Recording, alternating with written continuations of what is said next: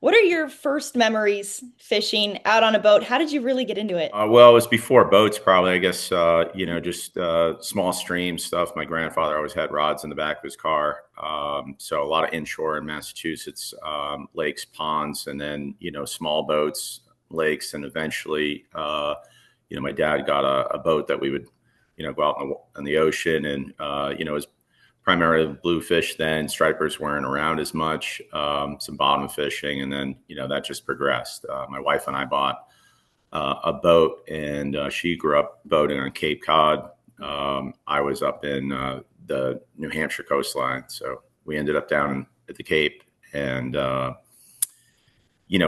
the Cape, we started seeing some offshore species. A guy came into the dock with a mahi, and I was, I knew what it was, but I didn't realize. I mean, I guess I knew reading that you could find offshore pelagic fish in Massachusetts, but when someone brought it to the dock and it was accessible, I was then kind of hooked on like going to do that fishery. And Yeah. the boats grew and we just started fishing more offshore and started fishing some tournaments and found that, to be a ton of fun. So you mentioned getting hooked on offshore. Could you walk me through the first competition, the first tournament that you guys were in, what that experience was like? Wow, that would have been the Cuddy Hunk tournament that John White from Fisherman's Outfitter put on. He's out of, I got talked into doing it from Damon Sacco, who actually runs the Oak Bluffs tournament. Um, Convinced me to do it. John White convinced me to do it. Spent Oddly enough, I spent about 2 hours one evening on the phone with Ray Rocher, who's now fishing with us, coaching me up on temperatures and what species, trolling speeds, anything he gave me everything. And we won some money in that first tournament, fishing our center console at Yellowfin at the time. And from there, just I guess you get a taste for that of being able to fish and be competitive and compete. It was just kind of a great combination. Yeah. How many years ago was that? That would have been probably, well, I don't know, over 20 years ago. I'm guessing it was probably 2003, something like that. Yeah. And then right after that, started fishing the tri-state out of Block Island.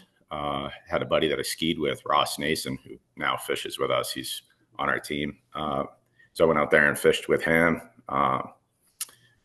We fished. I don't know. We fished that tournament a bunch on and off over the years for I guess 20 something years, a long Yeah. time now. But Yeah. then the equipment was a lot different. We had I think we fished that in a 31 yellowfin, which was now they're 29. So no, wasn't the same thing as same comforts as a 62 Viking. Yeah, could you kind of speak to that a little bit about the way that you've seen things change over the years in the fishing world? Because technology is just unreal, and I'm sure you've seen the best of the best that's out there. The techniques and the methods. I mean, some of it, I guess, is the same, right? From a fish of trying to find, what body of water is going to hold fish. But early on, even in 2003 and stuff, I started. The internet was accessible and starting to download satellite imagery and satellite temp charts. I think that was a huge breakthrough. At that point, most guys up here were just kind of going to their favorite spot. I mean, obviously, uh, word of mouth and catch reports are irreplaceable. But trying to pick a spot, we fish 150 miles of canyon, and you're traveling 100 plus miles to get there. It really helps to know where the highest likelihood of fish are going to be. And now you got Roths and other people that are sending out temp charts and giving you some analytics because they're following it and giving you a high probability of where to go find those fish. And I'm sure just about everybody that's leaving the dock today that's competitive is analyzing water through whatever source they have, whether it's Roths or one of the other sea views or one of the other services. So I think that's the biggest thing. And then the boats have definitely grown. I mean, they've certainly grown for us. We're fortunate to move up and get a little more comfort. A bigger platform just allows you to have more people, more rest, be ready to go, especially on our tournaments where I think Damon's tournament, I think Oak Bluffs will be out in the water fishing for like 46 hours. Mhm. Um, when I was younger, you'd say like, oh, we can just grind through it. But, day two in the morning, you got a white marlin that comes up on a teaser and you're half asleep, grabbing your soggy pitch bait, and you need rest to perform, as hard as you can work. And, I feel like we can work against anybody, but, to be really sharp, you need some rest. Mhm. Um, so yeah, and then the boats got bigger, and then obviously technology. Your fish finders, your down sounders got better and better, and now we got sonar, and we have a Fruno sonar in the boat. We added that, I guess, in 2022, and it's amazing. It's like underwater radar. You just whether you're trying to find bait, temp breaks, and certainly billfish, pelagics. It's effective in all kinds of different waters. Just understanding how to have it set up and to understand what it is you're looking at. Trying to differentiate the marks takes a lot of skill and and time. So that's been a game changer for a lot of fisheries. Up here in the Northeast, it's a little difficult because there's a lot in the water. There's a lot of different life. There's a lot of salinity and stuff that makes you change your settings. You got manta rays, you got porpoise, you got whales, you got turtles. I mean, there's just so much life in the water. So when we fish the Bahamas, it seems like the sonar's in demo mode. It's like a blue screen, and then you just get your perfect sausage that comes in, and you're like, oh, this is like demo mode. It's perfect. I think you get up here, and it's a little trickier to try and decipher what you're seeing. Do you enjoy those challenges, or do you kind of wish it was just clear as day for you? Yeah, I mean, I think we enjoy it. I mean, our fishery up here is, not the more we get to travel, it's really cool to see new spots and higher concentrations of billfish in areas, but it's hard not to appreciate our fishery. It's pretty impressive. When we're waiting for the right bite, like a blue marlin or a white marlin, we're looking for those billfish, particularly in the SFC. But our bycatch is going to be 60-pound yellowfin and or a wahoo or a nice mahi or a 250-pound big eye. There's a lot going on. It's a lot of different gear. So swordfish. I mean, there's everything out there, which is great. You mentioned a little bit ago your wife being from the Massachusetts area as well.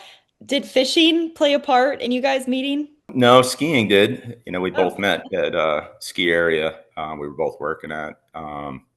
Both grew up in the same area, a couple towns apart. But boating definitely played a part. She grew up sailing around the Cape Cod Islands, and I grew up on the water all the time. We would, water ski, and then obviously as we were able to afford bigger boats, we started traveling in the ocean more, and fishing was certainly part of my life. And our kids, as they grew, got into it, and Jackie's getting into it. The more we've traveled and gotten to different fisheries. What can you say about the fact that you have a family that all likes to do the same activity in fishing? I'm sure it brings you guys together in a way, and also you guys get to do it competitively together. I mean, it doesn't seem like it gets much more special than that. Yeah, I mean, we're super fortunate to have the kids involved and the whole family involved. I mean, everybody's got their different levels. Tucker is, he's at a different level than I am. He's intense and super into it, and definitely drove us to do more. And then, Casey is, she's been out in Colorado. She's been doing a little fly fishing. So she's kind of developed, her interest in fishing kind of differently than Tucker. He's, just been nonstop, dead bait, addiction from the beginning, I guess, or just, offshore addiction from the beginning. And, Jackie, we just went to Isla this winter, and, Jackie got a bunch of shots and got on a bunch of sailfish. And, I mean, I can't, as far as competing, we're psyched to compete together, but it's really not something we're interested in doing if we can't do it with friends and family. Mhm. I mean, it's competitive our friends, family's super competitive either way, but the interest is to do it as a team. Yeah, I'm sure community plays a big role in that. What can you say about just the culture of fishing up there in New England? What makes it special to grow up on the water there? The New England fishery. It's funny is New England is such a fishy place, right? I mean, we've historically, right? You got Nantucket and New Bedford and Gloucester. I mean, these places are, iconic fishing towns, and you know the amount of different fisheries that are here, as far as from inshore, offshore, is enormous. At the same time, most of the fishing we do is, bill fishing is really not associated with the Northeast, right? It's really associated with, tropical climates, and whether it's you're thinking the Bahamas or St. Thomas or Azores or Costa Rica. I mean, some really, high populations of billfish. But and so the capital of deadbait trolling is definitely not known, is not New England. Although it's a fishy place. We're known for bluefin tunas and giants and all that, but it's pretty cool because our offshore fishery is incredible, and if you apply those same techniques as they do in Costa Rica, for example, you'll have great success up here. And I feel like it's still just not quite charted, if that makes sense. What's the longest fight that you've ever had? Can you walk me through that experience? Longest fight I ever had. Um, Man, I don't know if it would be a bluefin. I'm guessing it was, I had a tail wrap blue. Um, that probably, I guess I was probably on that for 2.5 hours, I guess, to get it in. And it's a struggle when you're trying to you know you always want heavier tackle once you're connected, but you don't have it when you're, depends on what you're fishing and what your targets are. So we had I think I might have been on a 50 for that, and I just couldn't go up. We were fishing like 60-pound tests, and it's probably a you know 400-pound blue marlin, and it just took time. So you want to be able to bump the drag up and hammer on it, but sometimes it just your line class isn't going to take that. Yeah, is that the longest fight that you know of in your family, or has someone had one that's been longer than that? Uh, I don't know. I think Tucker's been on a couple of fish for a while. I mean, he's a great angler, so usually gets it done. Trying to think. I mean, we did have a big eye, on a dink pole, like a Talica 25. That took him a little bit, but really not too long. Yeah, I don't think we have any like crazy long battles that I can think of. Now, what's the catch that you're most proud of in your life? Probably not my catch. I guess that kind of does go back to Tucker, when I think it was tuna. It was Tuna Fest in maybe 2013. So I'm trying to think how old he was, but let's say he was 11. We had fished 2 days out of a borrowed center console. A friend of ours, Seth Henry, loaned us his yellowfin.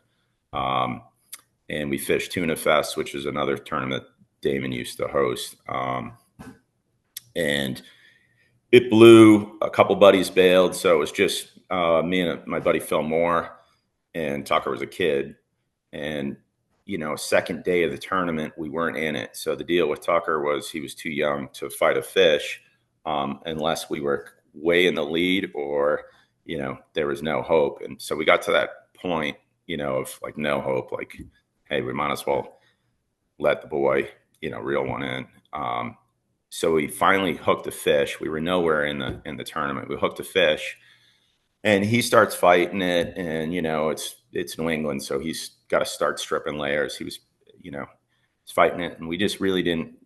We thought it was probably a 60-pound fish, and then as it went on, the drag starts moving up, and we're like, wow, this is kind of a fish. So He ended up with a small giant, like a 70, 73 and a half, 74 inch bluefin tuna.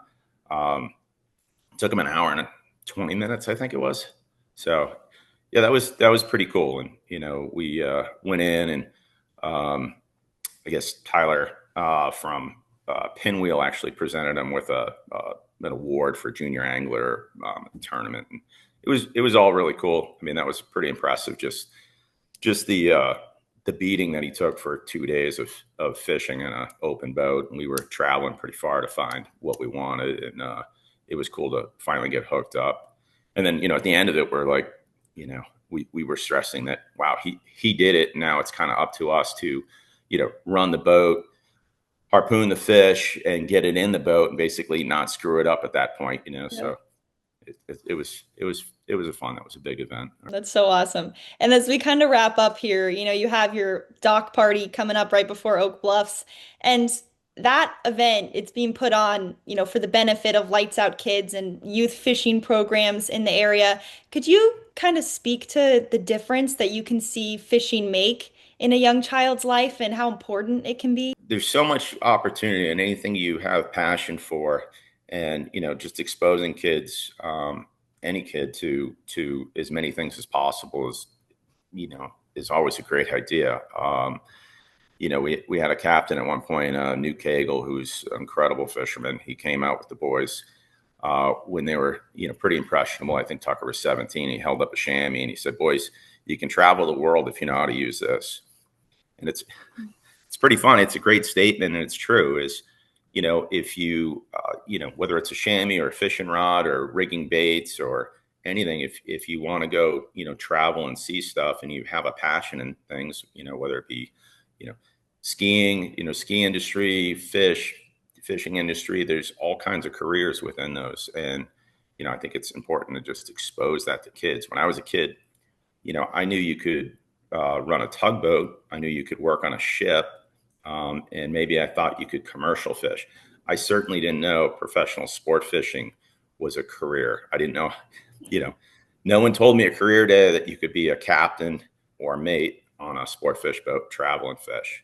Um, so I think it's important to expose kids to that. And whether that means, you end up, making tackle or working for a boat manufacturer or, working for a satellite imagery company that's analyzing fish. There's just so much that can come from your passion. And so I think it's just important to expose kids to that.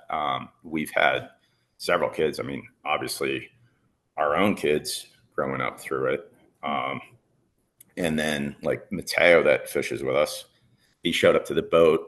I think he was 12 and he's just washing the boat, walking around. And I'm like, that we had a bunch of kids working on the boat, and everyone made fun of us saying we had the mini militia.